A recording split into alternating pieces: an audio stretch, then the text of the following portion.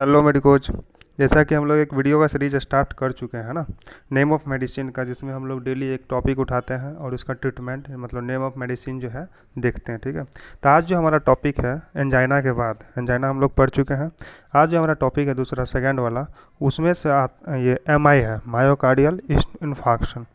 Myocardial infarction. अच्छा, ये video किसके लिए और क्यों, फिर से मैं बता दूं।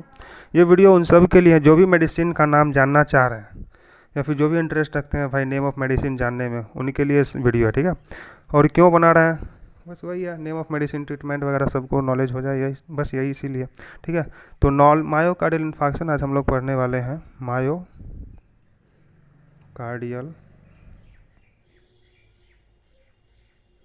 इन्फार्क्शन।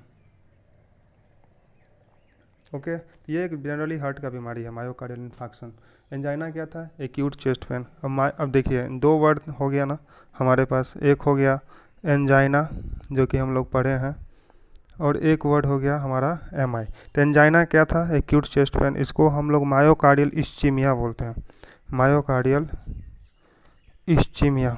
इस्चीमिया मतलब, और ब्लड सप्लाई, ऑक्सीजन मतलब ये ऑक्सीजन का सप्लाई है वो प्रॉपर नहीं हो रहा, इसलिए इस्चीमिया है। अब यहाँ पे ऑक्सीजन का सप्लाई है तो कोई ज़्यादा बड़ा इशू नहीं है, मतलब यह रिवर्सिबल होता है। यह रिवर्सिबल है, यह वापस ठीक हो सकता है। ठीक हो सकता है मतलब इसमें जो है कार्डियक टिश्यू जो है, कार्डियक टिश्यू जो है उसका डेथ हो रहा है कि नहीं हो रहा है? डेथ नहीं हो रहा है, डेथ नहीं हो रहा है, इसलिए तो यह क्या है? रिवर्सिबल है ना। लेकिन वहीं अगर हम देखें इसमें MI में, जो आज का हमारा टॉपिक है MI, मायोकार्डियल इन्फार्क्शन, तो इनमें नाम है myocardial infarction. Myocardial infarction. Okay, अब इसमें क्या होता है, यह इरिवर्सिबल है। अगर ये हो गया तो वापस नहीं हो पाएगा। मतलब कार्डियक टिश्यू जो होता है यहाँ पे, इनका इन्वॉल्वमेंट है, मतलब वो डैमेज हो चुका है, डेथ हो चुका है उनका, डेथ हो चुका है। ठीक है, यहाँ पे डेथ हो चुका है, तो डेथ हो गया तो भाई उसको तो रिवर्स किया नहीं जा सकता, इरिवर्सिबल है, इसको बस ट्रीट करेंगे। अब देखिए, मायोकार्डियल इन्फार्क्शन जो है ये तो हम पढ़ चुके हैं, इसका पढ़ रहे हैं। तो इसमें जो मैनेजमेंट हम लोग देखते हैं, मैनेजमेंट जो है MI का, मैनेजमेंट क्या किस तरीके से किया जाता है, तो दो तरीका है इसका। ठीक है, जिसका नाम जो आता है, एक होता है STEMI management, STEMI management. Okay, STEMI management है, और एक होता है non STEMI management, non STEMI management. MX मतलब मैनेजमेंट। अब देखिए एस्टेमी मैनेजमेंट में क्या होता है, ऐसे इसका पहले नाम देख लेते हैं। तो MI तो समझ गया, MI हमारा टॉपिक है। अब यहाँ पे ST एलिवेशन, ये क्या मतलब है इसका?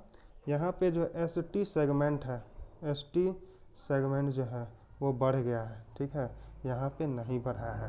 अब ST सेगमेंट क्या होता है, आप लोगों ने पढ़ा होगा। ये हो गया आपका P वेव, ये हो गया Q वेव, QRS, और ये T होता है ना, PQRST। अब ये जो सेगमेंट होता है यही होता है ST सेगमेंट। ठीक है, या तो ये बढ़ा, ऐसे बढ़ जाएगा, इसी को कहते हैं ST सेगमेंट एलिवेशन। तो ये हो गया। अब ये ECG में इस तरह से देखा जाता है। जब ECG देखते हैं तो उसमें अगर ST सेगमेंट बढ़ा हुआ है तो उसका मैनेजमेंट एस्टेमी से करते हैं, अगर नहीं बढ़ा हुआ है तो नॉन एस्टेमी से करते हैं। ठीक है, अब देखिए ये तो हो गया हमारा एस्टेमी और नॉन एस्टेमी। इसमें वो एक और है, एक तो ये बता दिया। अब एस्टेमी जो होता है, इसमें ब्लड वेसल, जो हम लोग पढ़े थे, ब्लड वेसल जिसमें से ब्लड फ्लो कर रहा है। ठीक है, तो इसमें पूरा में, लगभग पूरा जो होता है उसमें प्लेग जम जाता है, मतलब एथेरोस्क्लेरोसिस जो था हम लोग जो पढ़े थे, उसमें ये पूरा का कंप्लीट हो जाता है। तो इसको हम बोलेंगे complete vascular obstruction. Blood vessel जो है ऑब्स्ट्रक्शन। ओके, तो कंप्लीट ऑब्स्ट्रक्शन हो रहा है, तो आप खुद सोचिए ब्लड फ्लो में कितना दिक्कत होगा, बहुत ज़्यादा प्रेशर हो जाएगा ना। तो इसलिए ST सेगमेंट थोड़ा सा मुश्किल ये हो जाता है, एस्टेमी वाला थोड़ा ज़्यादा हार्ड हो जाता है। ठीक है, और नॉन एस्टेमी में कंप्लीट नहीं है, बस इनकम्प्लीट है। ठीक है, इनकम्प्लीट है, थ्रोम्बस वगैरह जो बना रहा है वह इनकम्प्लीट है, इनकम्प्लीट ऑब्स्ट्रक्शन। ओके, ठीक है, यहाँ तक इनकम्प्लीट ऑब्स्ट्रक्शन है।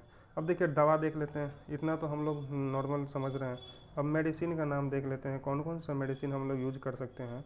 तो देखिए स्टेमी में जो होता है थोड़ा सा, क्योंकि यहाँ पे कंप्लीट ऑब्स्ट्रक्शन है, यहाँ पे एक दवा स्ट्रेप्टोकाइनेज एक्स्ट्रा होता है, स्ट्रेप्टो,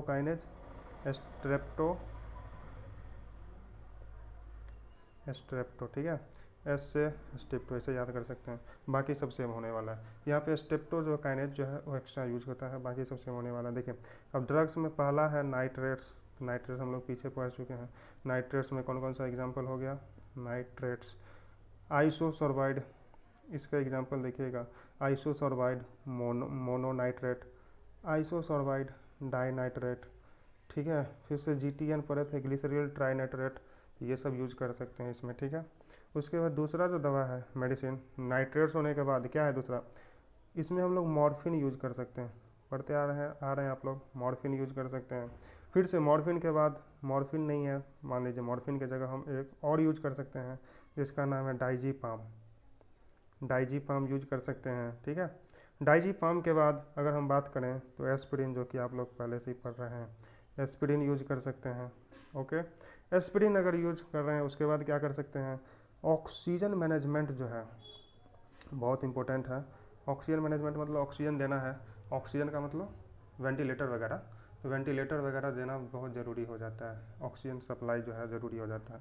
ये हो गया। उसके बाद अगर हम बात करें, 5वां हो गया। अब उसके बाद जो है, एक मिनट, उसके बाद 6 नंबर पे अगर हम बात करें तो 6 नंबर पे कौन सा हो जाएगा, ऑक्सीजन देख लिए, एस्पिरिन देख लिए, डाइजीपाम देख लिए, मॉर्फिन देख लिए, ठीक है। अब उसके बाद अगर सलाइन सॉल्यूशन आवश्यकता है तो सलाइन चढ़ाइए, या सलाइन या फिर डेक्स्ट्रोज जो होता है, डेक्स्ट्रोज सॉल्यूशन आप चढ़ा दीजिए, इन्फ्यूजन IV देते हैं, ठीक है, इन्फ्यूजन इसको बोलते हैं। उसके बाद अगर ये हो गया, ठीक है, उसके बाद आप दे सकते हैं beta blocker. Beta blocker most important है, क्योंकि बीटा ब्लॉकर जो होता है, याद रखिएगा, ये इन्फाक्शन जो हुआ है, इन्फाक्शन जो हम लोग इधर पीछे देखे थे, इन्फाक्शन उसके साइज को यहाँ लिख देता हूँ मैं, इन्फार्क्शन जो था उसके साइज को कम करता है। तो ये इंपॉर्टेंट है, तुरंत स्टार्ट कर देना चाहिए। मान लीजिए ये बड़ा है, बहुत सारा है, ठीक है, तो इस बीटा ब्लॉकर देने से ये घटने लगेगा, ठीक है, इस तरीके से होता है। लेकिन ऐसा नहीं है तुरंत होने लगता है, बहुत साल देना, मतलब बहुत दिन देना पड़ता है, ठीक है। उसके बाद आप ACE इनहिबिटर दे सकते हैं, ACE इनहिबिटर, प्रिल वाला जितने भी है, इनालाप्रिल, कैप्टोप्रिल, ये सब, ठीक है। उसके बाद और भी मेडिसिन हैं, ARB, जिसको हम बोलते हैं एंजियोटेंसिन रिसेप्टर ब्लॉकर,